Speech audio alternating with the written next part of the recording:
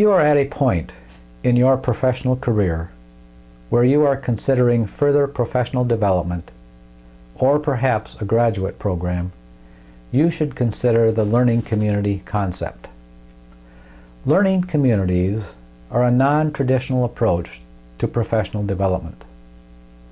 Learning communities offer a constructivist approach to learning, where the learning is authentic, rich, exciting, and very relevant to the learner. But perhaps the best way to find out more about learning communities is to talk with Judy Jamieson, founder of Learning Quest. Judy, just what is a learning community? A learning community is sort of like a large group of people who are all working with their own individual professional plans. IEPs, we used to call them in special education, but the people who are conducting the learning community, the facilitators, don't write them, the students do. And the people who are facilitating don't grade them. That's something that happens in the advisory groups, because in this program, people truly are responsible to and for their own learning. They decide where they're going, and they are the people who get there. It's an exciting process because we're realizing that there's a major need for social connection in learning. It's not an isolated process that someone does by him or herself. The more people they have to talk with about what they're doing and to express and ask questions about and seek information from, the better the learning and the longer it will last. One of the things we find happening when we leave a learning community, when it graduates, is that many of these people still get together after the program because they have developed a very positive need to share, to validate, to ask questions, to redesign. And learning goes on and on and on. The same thing is designed to happen in your students' classrooms, because as your students come to the point where they can use the same processes that the learning community participants are using, they in turn stretch and grow in their learning. I remember one time hearing a young man share with the school board. His teacher was a member of a learning community, and the school board had asked to hear a little bit about what the learning community was like. These teachers brought their children to share with the board what was happening because of their experiences in the learning community. And this one little boy was explaining that his 5th grade math teacher was doing wonderful things, and probably one of the greatest things for him was the fact that he had learned it was okay not to have the right answer. That the discussions about how you got to where you were much more enriching than arriving at the prescribed answer that was needed. This is real learning. And the school board, of course, was impressed. That was great. But I've wondered many times where that child is now and how that's affected his life forever. Judy, learning communities are rather new in terms of educational history. But could you give us a brief history about learning communities themselves? The history or the development of the learning community is one that has some significance to why the program is as successful as it is today. About 10 or 12 years ago, we were working with a consortium of school districts in the Midwest. They wanted to develop a program that would help their teachers be better prepared for all the changes that were coming in education. Over the course of 2 years, we interviewed more than 1,000 teachers using the National Board of Professional Teaching 5 propositions. We asked them to take a look at those propositions and tell us what they thought about them. And they were very eager to do so and said that this is why they'd gone into learning, why they wanted to help kids learn. They wanted to be outstanding teachers. We asked them if they thought they could sit for the certification process for the national boards, and they said no. And when asked why, to a T, they all said because the system doesn't respect this. Not the districts, but the system of education. We aren't valued. Based on that, we asked them what they thought they'd need to have in order to arrive at a point where they felt comfortable with who they were as teachers and able to make some changes for their kids in their classrooms, because this was to be their professional development. Again, they spoke about things like having time to work together collaboratively, experiencing some of the processes that we need to be using in our classroom so that we can in turn reconstruct those back with our kids.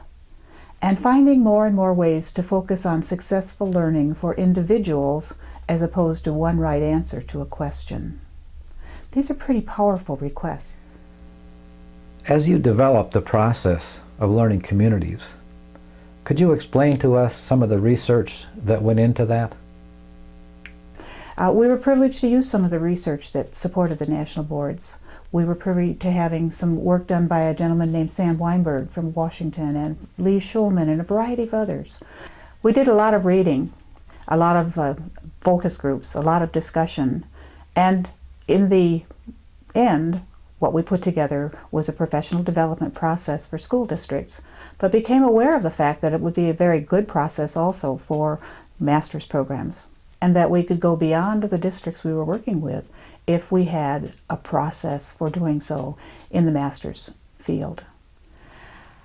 That happened, as I said, 10 or 12 years ago, and since then we've worked with 8 universities and are beginning to work with more.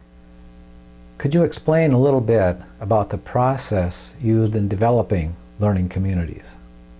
The process is one of working with taking either existing courses or writing new courses for a program that brings teachers together in a community framework. We use Scott Peck's model of the 4 stages of community for this process, and we enhance it with the development of, you can call them either principles or values, that support everyone's capacity to be able to be successful and to expect success from everyone else. For the program, as I said earlier, is focused on success. Teachers, groups of people from 20 to 60, 65, come together on weekends, 1 weekend a month for the total of 5 weekends a semester for 4 semesters. The program can be completed in 2 years. During that time, the teachers work on and experience new ways of working together, learning how to develop communities, learning how to critique and reflect and confront one another. But the major pieces are that the teachers themselves, you, the participants in a master's program, actually develop your own professional development plan, and you work on something called a capstone. The capstone is a major project in the program. It would take the place of a thesis or a research paper in traditional programs. It has to be something that you have a passion for, something that's going to take some time to do over the course of 2 years, something that will make an impact on the students in your classroom, your district, your building, and something that you're going to be able to share with the profession through a journal article. You will do a lot of action research to support this program, and actually you can do it with other people in the community. So it's not a one-time, one-shot thing. It's an ongoing educational process for you as you put it together and implement it in your classroom, and that will make a difference in the learning capacities of your kids because of what you've done. Beyond that, you have the choice. What are some questions that you'd like to answer about the way kids are learning, or projects or programs that they need to be about? That's where you begin in that journey. And that project, that capstone, needs to be woven into your professional development plan. Is there a relationship between standards and learning communities? Standards are created by the learning community members in job-alike or colleague groups and taken to their advisory groups for validation. The job-alike or colleague group takes a look at the 5 propositions of the National Board, talks about what they mean to them at their particular level or area of interest, and then talk about what they would need to do to stretch and grow in each of those areas and how that will impact the children back in their classroom. Once those standards have been developed, then each individual takes those standards and after doing a vision about where they want to be and what they want to be able to do when they finish the program, they begin to say, based on my vision and based on these standards, what do I need to do with each one of these standards? Once the standards have been accepted, How are these standards put into practice in the community? Once the standards have been completed and the students convert them into their professional development plan, they think about what they are going to need to do independently to stretch and grow in each of the areas. But as the process moves forward, they don't look at them standard by standard by standard, but rather they integrate components from each standard into activities and learning pieces that will be part of the professional development plan. This professional development plan is then taken to their advisory group, a group of folks who work with them to, they're all students in the group, but they have come together to support each other's learning. One of the ways that we know learning community members hold each other accountable is through advisory groups. Could you explain a little bit more about advisory groups? The advisory group will listen to each of their colleagues on a monthly basis as they come back to share with each other the experiences they're having in their professional development plan, both the negatives and the positives. The negatives are often more fun because you have many heads to help you think through different ways to approach something that wasn't working before. You get lots of ideas from all of your colleagues during a weekend. It's easy to go home overwhelmed because of all of the things you've heard and all the things you want to do, and you know you don't have time to get them done. But that's the richness of a community. Facilitators work with the advisory groups and individuals in the community to mold that community into a high-functioning group of people. Could you explain a little bit more about the facilitation process and the role of facilitators? Learning communities are focused on you. They're focused by you. They're facilitated by a team. The team is always university certified, but many of them are practitioners just like you are. They have a master's degree or better. They're still in their classrooms, and they're enjoying the learning community process at the same time. And believe it or not, they'll be learning as much as you do while they're in the program. They will be stretching and growing and taking as many activities as they can back to their own classrooms and their own ways of doing business. They will help you to integrate or choreograph this program to best meet your needs as a growing professional, as you best help children to get into the learning mode that's fun, in great depth, and that will last for a lifetime. The facilitators, in partnership with the university and the community itself, create the learning environment for the community.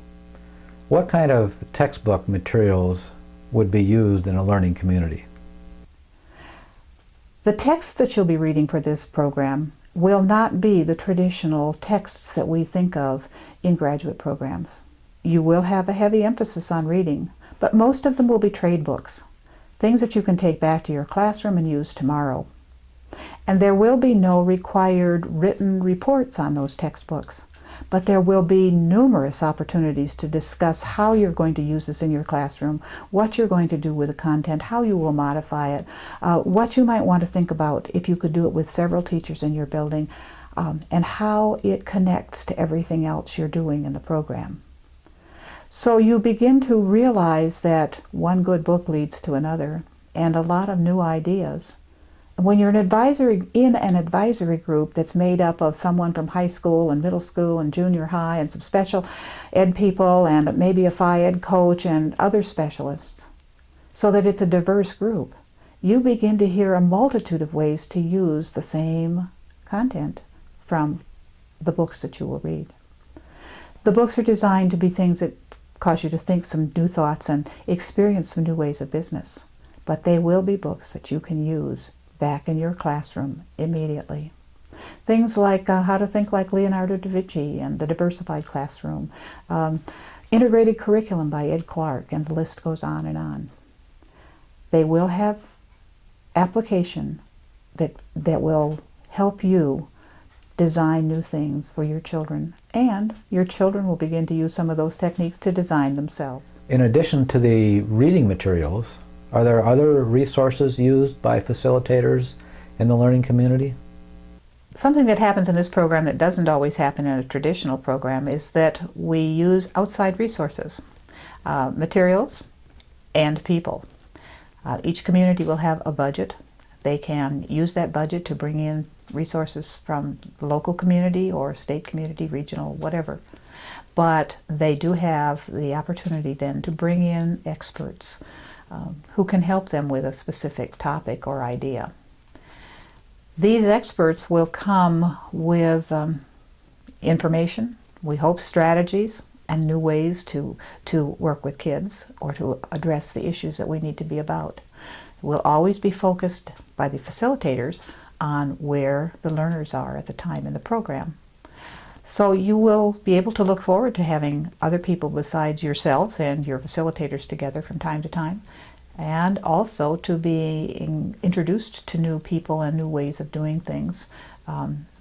Sometimes these are classroom teachers. Occasionally they may be students, kids, who have done something spectacular in learning that we need to be thinking about.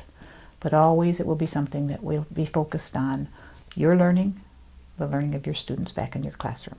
As learning community members proceed through their professional development plan, what are some of the things that they consider in building this plan?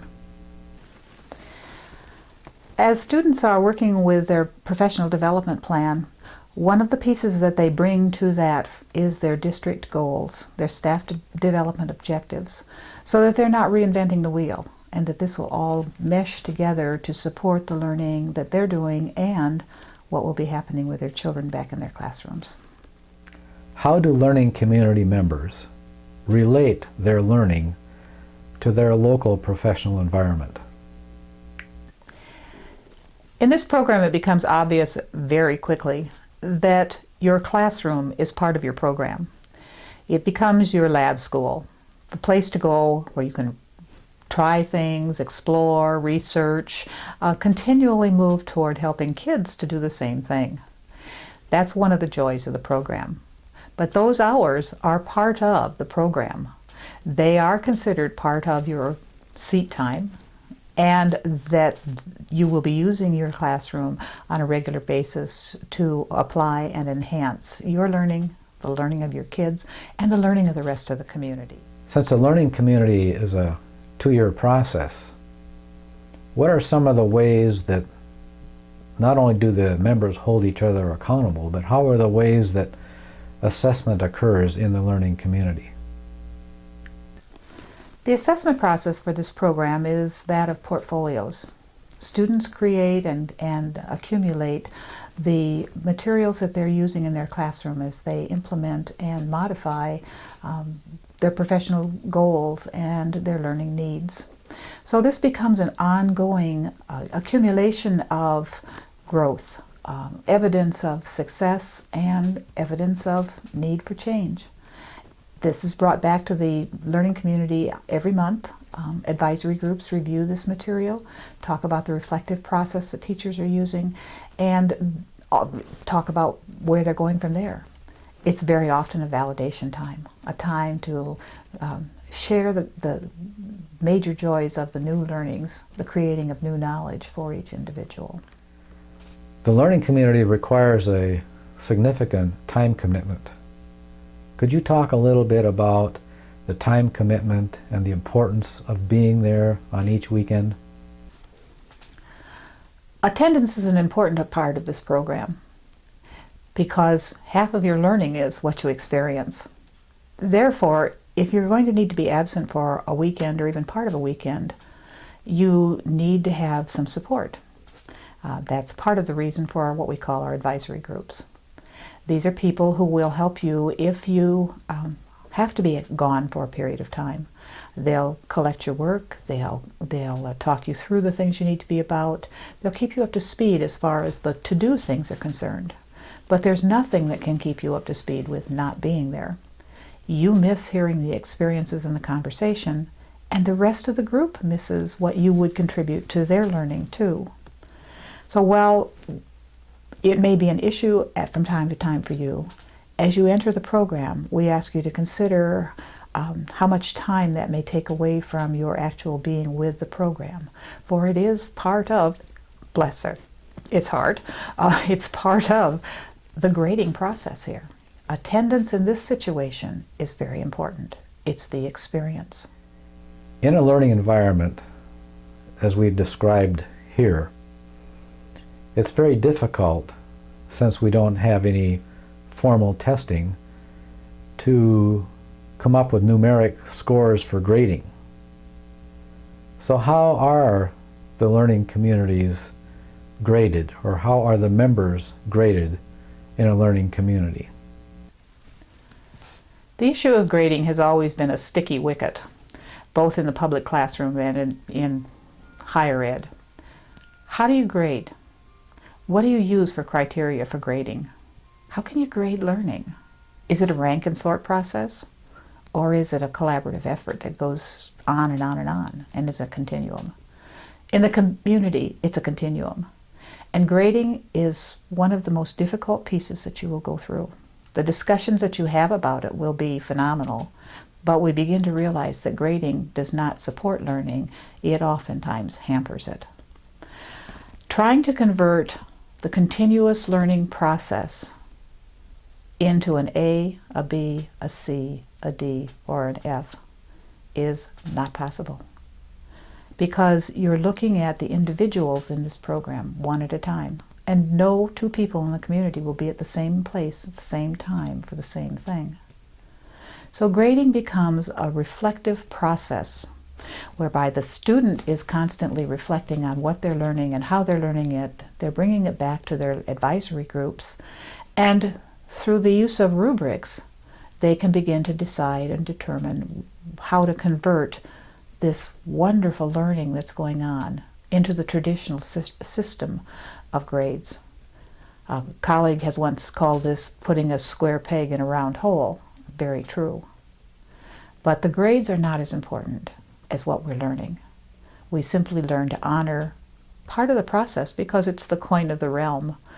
Without those grades, your salary and lane changes are not going to happen very efficiently.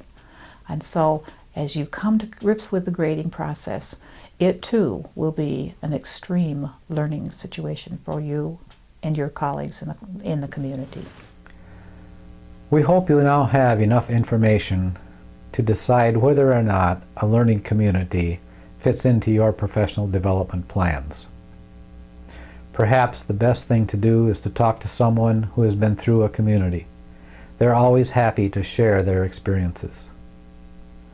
Whether you decide to pursue a learning community environment or a traditional environment for your professional development, we wish you the very best in your future plans.